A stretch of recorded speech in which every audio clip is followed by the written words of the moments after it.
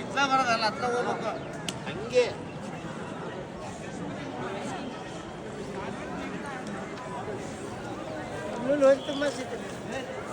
ಏನೇನೋ ಕಂಡಿಡಿತಾರ ಕಣಪ್ಪ ಏನೇನೋ ತಿರುಗಿಸ್ತಾನ